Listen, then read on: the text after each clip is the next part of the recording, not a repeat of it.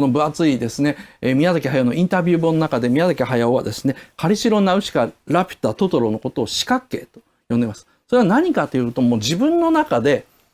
なんだろうな、やりたいことはやり尽くしちゃったと。いわゆる四角形の4つの角をもうやり尽くしてしまって、もう残ってないと。なので、その後実はもうアニメ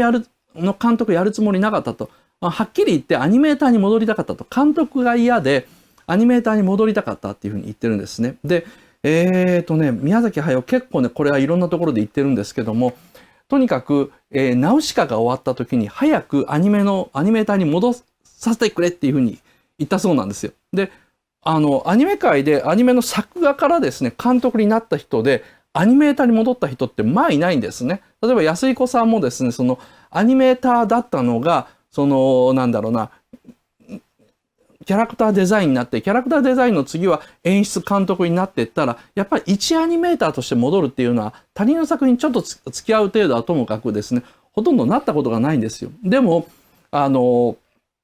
ウシカが終わって、次はナウシカ2ですねっていうふうに周りに言われたときに、もう本当に、鈴木敏夫の前でですね、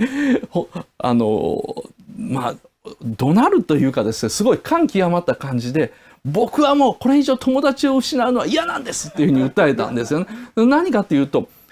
監督をやってるとね、これまで一緒に机を並べていた仲間から、だんだん仲間外れにされると。で、当たり前ですよね。だって彼らが書いてきた作画に対して、これは OK、これはダメというふうに言わなきゃいけないと。で、そういうのは、僕たちが東映動画の時代に憎んでいた管理者の仕事であって、仲間のやることではないと。で、まあもちろん同じ作品作ってる仲間なんだからそういうのは分かってるつもりでも、でもアニメーターが演出家とか監督とかっていうのをちょっと煙たく思う気持ちも分かると。だから僕はもうナウシカでこんなに友達を失ってしまった。だからもう僕は二度と監督をやりたくないんです。分かってくれないんですか鈴木さんっていうふうにもう鈴木敏夫にですね、なんでこれが分かってくれないんだってめちゃくちゃ訴えかけて高畑さんのところへ走ってって、高畑さん今やったらアニメを手伝わせてくださいって。高畑さんびっくりしたんですね。お前未来少年コナンで監督になったのにアニメーターに戻んので、高畑さんはその時赤毛のアンやってたんです。いやでも赤毛のアンで宮崎駿が戻ってきてくれるんだったらこれは嬉しいと思って宮崎駿にじゃあ頼むわって言ってアニメの作家の仕事をガバーって任せたんですよ。で宮崎駿はいやこれでもう僕はアニメーターに戻る、もう二度と監督はしませんって言ってなんか鉛筆持ってガーって仕事してたら、その日のうちに急に隣の席の作が気になりだして「お前それはダメだよ、お前それはダメだよ、俺によこせ」って言って直し出したっていうことでですね、あっという間にですね、赤毛のアンを途中でやめてそのままカリオストロの城の監督になってしまったっていうですね、もう本当に東京03のコントみたいなことがあってですね、まあこういうね男です宮崎駿っていうのは。宮崎駿っていうのは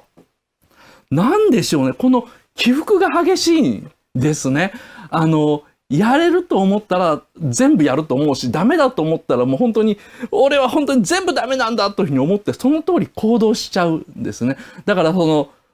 通そういう人は瞬間なんか湯沸かし器というふうに言われてすぐ熱くなるけどすぐ冷めるみたいなこと言うんですけど、宮崎駿は瞬間的に核燃料が発動するぐらいのですね、なんか爆発が起こってしまうんです。なんだろうな、だからさ、で、なんだろうな、ではね、また、バイバイ。